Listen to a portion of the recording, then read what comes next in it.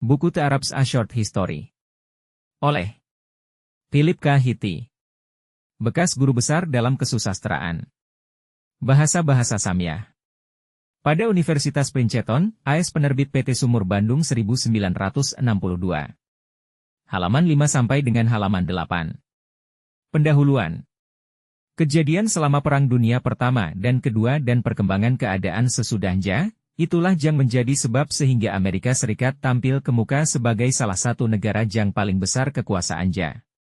Dengan demikian bangsa Amerika harus pandai berurusan dengan bangsa lain dan harus tahu pula menyesuaikan diri dengan kehendak mereka. Di antara bangsa yang kurang dikenal sejarah dan peradabannya terdapat bangsa yang berbahasa Arab, jumlahnya kira 50 juta. Tempat tinggal mereka meliputi seluruh daerah antara Maroko dan Irak, yaitu daerah yang terletak di tepi Lan Tengah dan merupakan daerah penghubung antara benua Asia, Afrika dan Eropa. Di sana terdapat sumber minyak yang paling kaya. Selain dari itu negara Arab mempunyai banyak masalah yang berjorak nasional dan internasional. Perdamaian dunia mungkin tergantung pada permecahan masalah tersebut. Beribu orang Amerika dewasa ini bekerja di pabrika minyak dan pabrik lainnya di Irak, Kuwait, Bahrain, Saudi Arabia, Libanon dan berjuta dolar modal yang tertanam dalam industri di negara tersebut. Dalam tahun belakangan ini konsesi baru diberikan kepada orang Amerika di Hadramaut dan Yaman, padahal dahulu kedua negeri inilah yang paling susah dimasuki oleh orang Amerika atau Eropa. Akan tetapi perhatian yang ditujukan oleh dunia Barat terhadap negara Arab bukan saja hanya berjorak politik dan ekonomi. Dalam lapangan kebudayaan sudah terjadi persentuhan dunia Barat dengan bangsa Arab sejak sekitar tahun 1870. Pada waktu itu guru, pendeta, ahli benda kuno dan orang yang bekerja dalam lapangan sosial bertujuan pergi dari Amerika ke daerah pesisir timur dari Laut Tengah, daerah di mana dimulai perkembangan agama Yahudi dan Nasrani yang tak terkira besar sumbangannya dalam lapangan ilmu pengetahuan dan kesusastraan selama abad pertengahan. Dan di sana juga lah mulai tersebar agama yang ketiga, agama Islam, yang rapat pertaliannya kepada kedua agama tadi dan mempunyai dasar yang sama, yaitu keesaan Tuhan. Terutama berkat usaha orang Amerika tadilah, ditambah dengan usaha ahli pengajar dari Inggris dan Perancis, sehingga orang Arab mulai timbul kesadarannya dan mulai melangkah kemajuan dan ke arah zaman modern. Hal ini mengakibatkan kebangunan di seluruh dunia Islam yang berpusat di negeri Arab. Buku ini hendak menuturkan sejarah ringkas dan mudah dipahami riwayat dan kebudayaan bangsa Arab tersebut. Karangan ini merupakan penerbitan ringkas dari karangan saja History of the Arabs, yang mula diterbitkan oleh Macmillan di London dan New York. Edisi ringkas ini mula dua diterbitkan oleh Princeton University Press dan sejak itu berkali dicetak ulang, baik di Amerika maupun di Inggris, sedang terjemahannya sudah ada dalam beberapa bahasa Eropa dan Asia, seperti bahasa Perancis, Spanyol, Portugis, Belanda, Arab, Urdu dan Indonesia. Mudahan edisi ringkas ini, yang isinya diubah dan disesuaikan seperlunya, dapat berfaedah bagi tiap pembaca, khususnya bagi mahasiswa yang baru mulai mempelajari dunia Arab. 1. Orang Arab Muslimin dan Bani Samyah.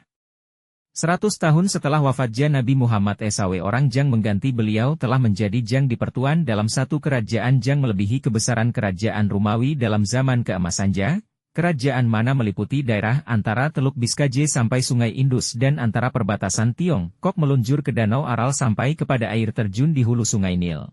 Nama Nabi Muhammad SAW.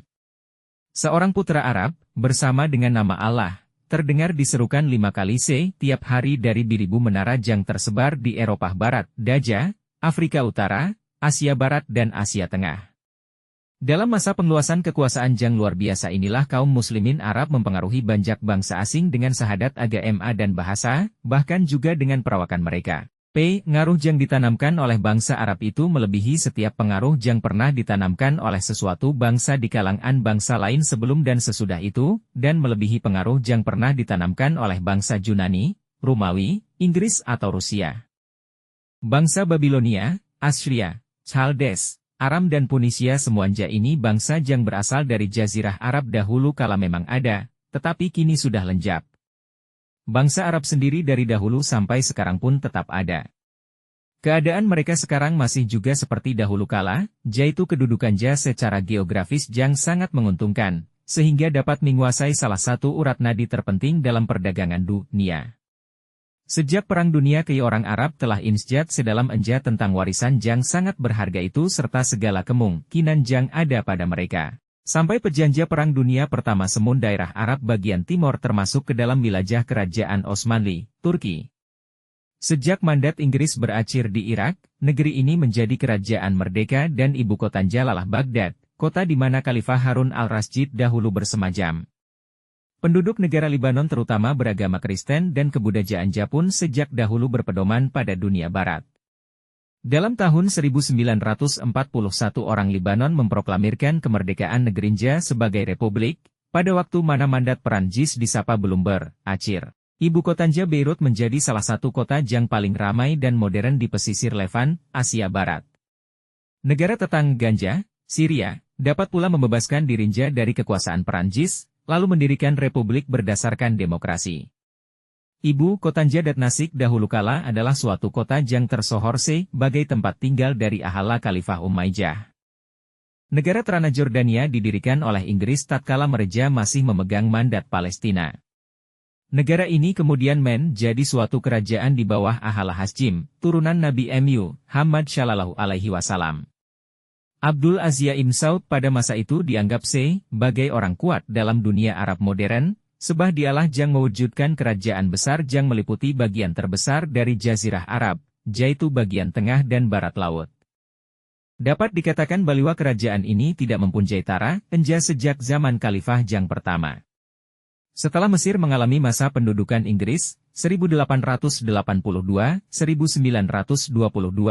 akhirnya negeri itu mencapai kemerdekaan 100%.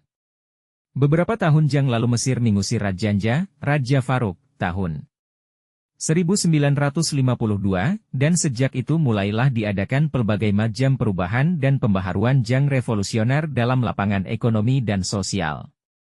Negara tetangga enja Libya dianggap sebagai negara arah yang ke-8 memproklamirkan kemerdekaannya, tahun 1951, yang terakhir mencapai kemerdekaan ialah negara Sudan, Tin. 1955, Maroko, tahun 1956, dan Tunisia, tahun 1956. Yang terakhir mencapai kemerdekaan ialah negara Sudan, Tin.